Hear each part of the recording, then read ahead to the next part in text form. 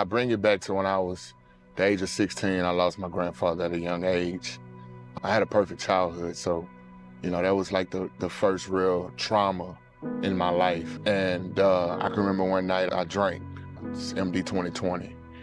At that moment, I associated alcohol with relief and, numbing out the problems. It became a coping mechanism. And, through that, I, of course, started making poor decisions. I started hanging out with the wrong crowd. That led all the way up to my adulthood.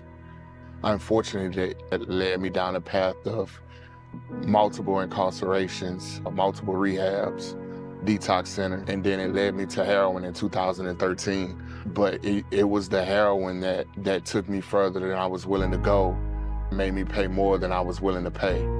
I began IV using heroin in 2013. First time I ever used heroin, I IV'd it. That led to more suicide attempts, neglecting my kids. I was just chasing a high and, doing anything to get my fix, stealing it. I didn't pushed away from everybody that loved me. And even that in my delusional thinking, I felt like people didn't reach out to me like I wanted them to, or they didn't try hard enough. So that was my grand finale plan, was to end my life in my parents' driveway and they could find me on their way to church. But that did not happen. I ended up surviving that. God ended up showing my entire life right before my eyes, and at that moment I vowed to bid his work well. Now, since I found peace and I've regained that connection with my higher power, being able to kick the habit, I'm a constant advocate for recovery. I'm a pillar in the community. I'm an active member in my AA program. I'm an active member in the community.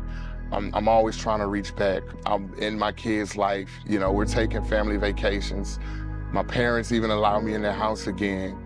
If someone told me that I could live this life and not be rich, I would have called them a lie. So today, I don't have to look over my shoulder.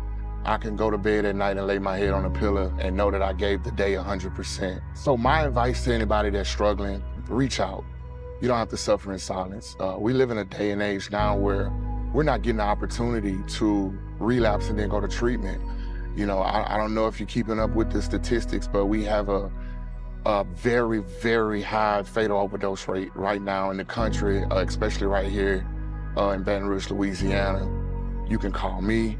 You can reach out to any, recovery professional.